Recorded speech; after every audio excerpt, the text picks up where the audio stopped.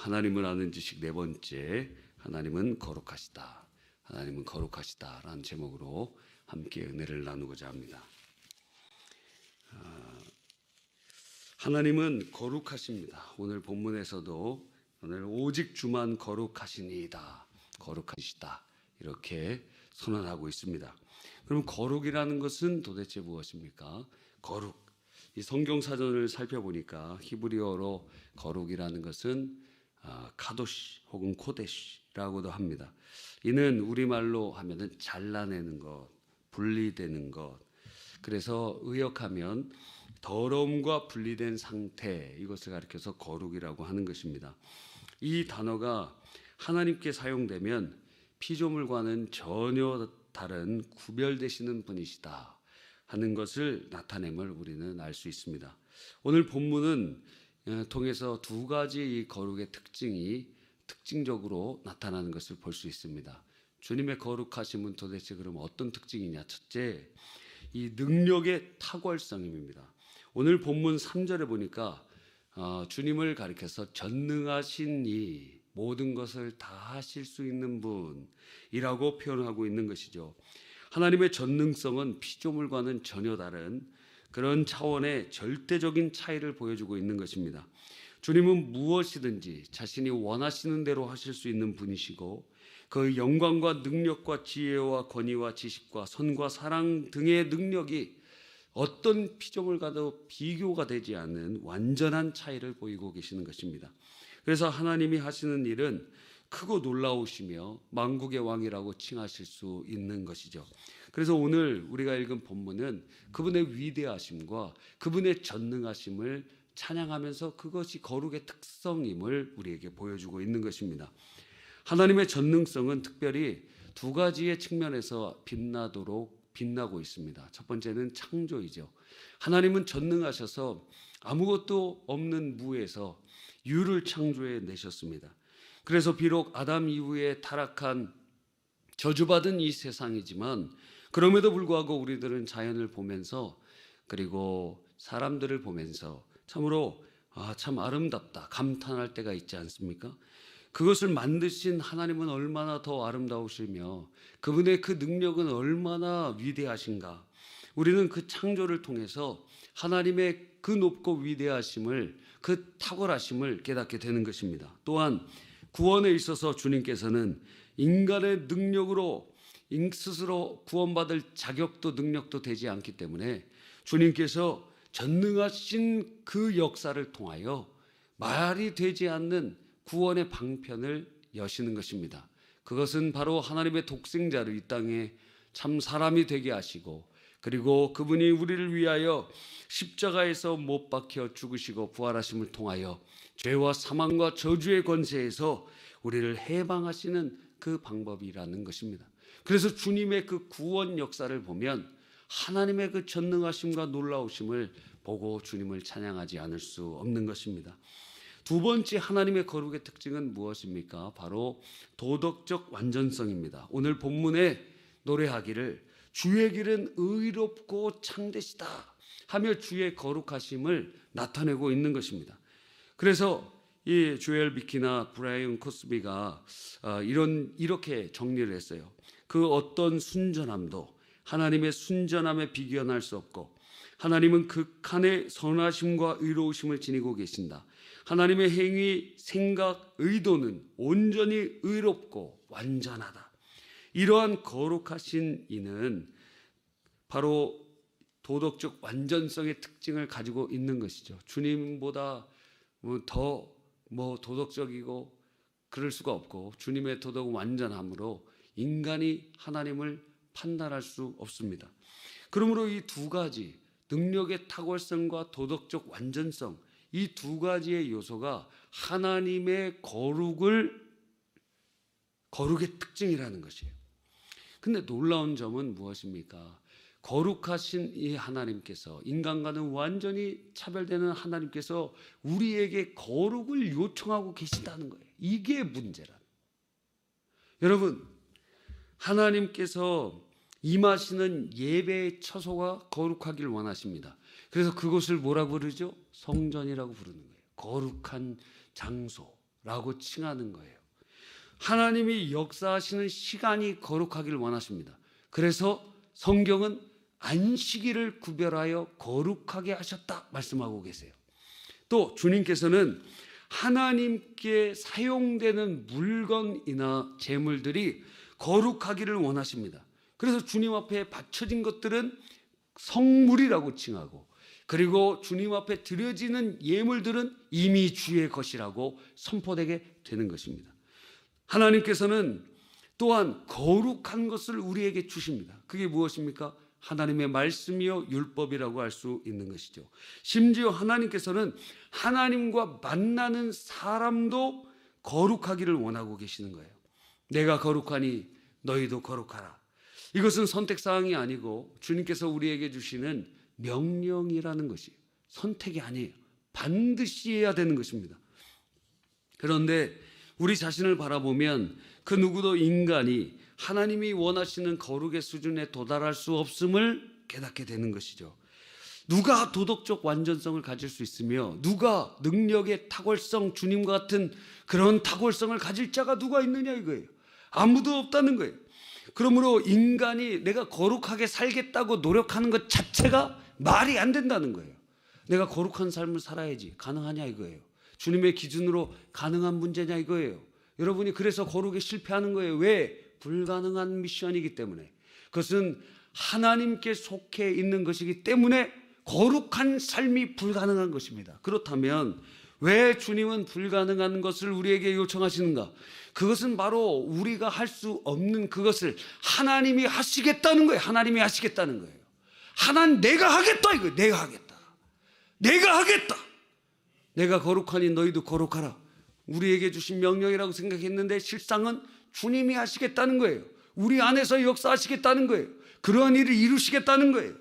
그러므로 주님께서 여러분이 기도할 때나 말씀을 들을 때 하나님께서 여러분의 능력과 조건과 할 수 없는 어떠한 미션이 이루어지게 된다면 그거 하나님이 하시겠다는 것인 줄 믿고 주님께 그냥 순종하시기를 간절히 바랍니다. 하나님의 놀라운 일들이 일어날 줄 믿습니다. 여러분, 이처럼 우리는 우리 스스로 안 되는 거룩을 요청받았음을 보면서 하나님 그러면 우리에게 어떻게 일하실 것인가, 그것을 기대하게 되는 것입니다. 우리는 스스로 절대 하나님이 원하시는 거룩에 이를 수가 없습니다. 그러니 하나님께서 하신 방식이 무엇이냐? 두 가지예요.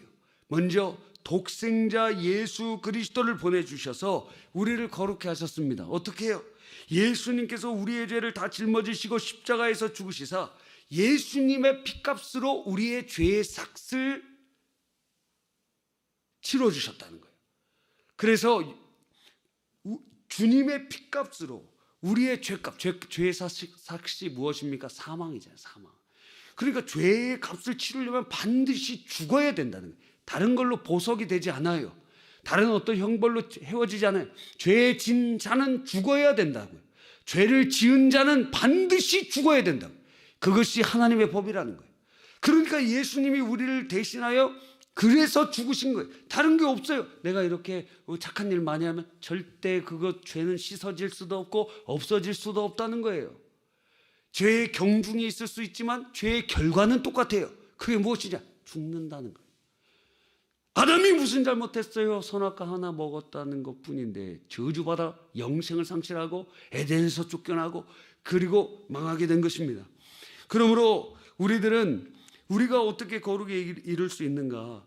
주님이 역사하신 첫 번째 그 놀라우신 그 길, 독생자 예수님을 우리에게 보내주셔서 피값으로 우리의 죄값을 치러주시고 그리고 그것을 통하여 하나님의 공의를 만족하신 것입니다. 뿐만 아니라 그 피로 어떻게 하셨느냐? 우리의 더러움을 씻으셨다는 거예요. 더러움을 씻으셨어요. 피로 우리의 더러움을 씻으시사 거룩하게 하시는 것입니다. 뿐만 아니라 예수 그리스도께서 이 땅의 율법을 다 지키셔서 예수 믿는 자들에게 그 이루신 순종하신 의를 우리에게 다 주시는 것이에요. 그러므로 예수 그리스도를 믿음으로 그의 피값으로 우리가 예수로 옷 입고 의로 옷 입고 거룩을 옷 입고 주님 앞에서 거룩하지 않은 자지만 주님은 우리를 거룩하다 부르시는 이유가 예수 그리스도 때문에 그렇다는 것이에요. 그러므로 우리는 거룩한 자가 되었고, 그러므로 주님께서는 우리를 가리켜서 거룩한 무리 성도라고 부르고 계시는 것입니다. 죄인은 거룩하고 의로우신 하나님 앞에 단 1초도 설 수 없는 것이죠. 그러나 이제 우리는 예수의 피에 힘입어 담대히 하나님의 은혜의 보좌 앞에 나아갈 수 있는 존재가 되어 것입니다. 그래서 주님의 보좌 앞으로 담대히 나아갈 수 있는 것이죠. 뿐만 아니라 이제 그 예수의 피로 거룩하게 된 자들 안에 성령을 보내주셔서 그 성령께서 이제는 우리를 주님을 따라 사는 거룩의 삶을 살아가는 하나님의 백성으로 추동하고 역동하신다는 것이에요. 그것이 놀라운 역사 아닙니까? 예수님께서 우리를 거룩하게 하시고, 그리고 성령님께서 우리를 거룩한 삶으로 역동하시고 이끄신다는 거예요. 그것을 통하여 우리는 하나님께 영광을 올려드릴 수 있는 삶으로 거룩하신 하나님께서 우리를 이끌어 가신다는 것입니다. 여러분, 그러한 은혜가 우리 모두에게 임하실 줄 믿습니다. 오늘 제목으로 돌아와 볼까요? 하나님 어떤 분이십니까? 하나님 거룩하신 분이시라. 그 하나님 거룩하신 그 거룩은 두 가지의 특징을 가지고 있어요. 능력의 탁월성과 도덕적 완전성. 그런데 주님께서는 우리에게 그런데 거룩하라고 요청하고 계신다는 거예요. 그럼 나는 거룩할 수 없는데 어떻게 거룩하란 말입니까? 그건 주님이 하시겠다는 것이니. 그 어떻게 하셨어요? 예수의 피에 힘입어 우리는 의로운 자로 주님 앞에 서게 하시고, 그리고 예수 믿는 자들에게 성령을 보내주셔서 우리를 거룩한 삶으로 역사하고 이끌어 가신다는 것. 할렐루야! 얼마나 감사합니까? 얼마나 주님의 은혜에 놀랍습니까? 주님께서 시작하시고 주님께서 진행하시고 주님께서 이루실 것이니, 그 놀라운 거룩의 역사, 예수 그리스도로 말미암아 성령님 안에서 이루어질 거룩의 열매를 바라보며 하나님을 찬양하지 않을 수 없는 것입니다. 할렐루야! 이러한 찬양도 있어요. 거룩하신 하나님 주께 감사드리세. 날 위해 이 땅에 오신 독생자 예수, 나의 맘과 뜻 다해 주께 감사드리세. 날 위해 이 땅에 오신 독생자 예수, 나가 약할 때 강함 주고 가난할 때 우리를 부욕해 하신 나의 주, 감사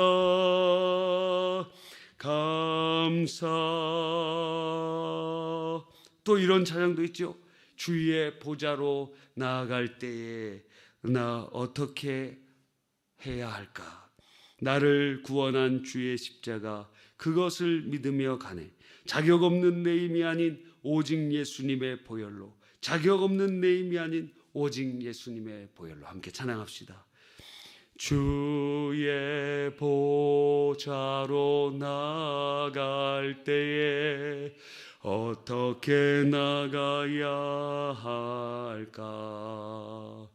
나를 구원한 주의 십자가, 그것을 믿으며 가네. 주의 보좌로 나아갈 때에 나 여전히 부족하나. 나를 품으신 주의 그 사랑, 그것을 믿으며 가네. 자격 없는 내 힘이 아닌 오직 예수님의 보혈로, 자격 없는 내 힘이 아니 오직 예수님의 보혈로 십자가에 모여 완전하신 사랑 힘입어 나갑니다.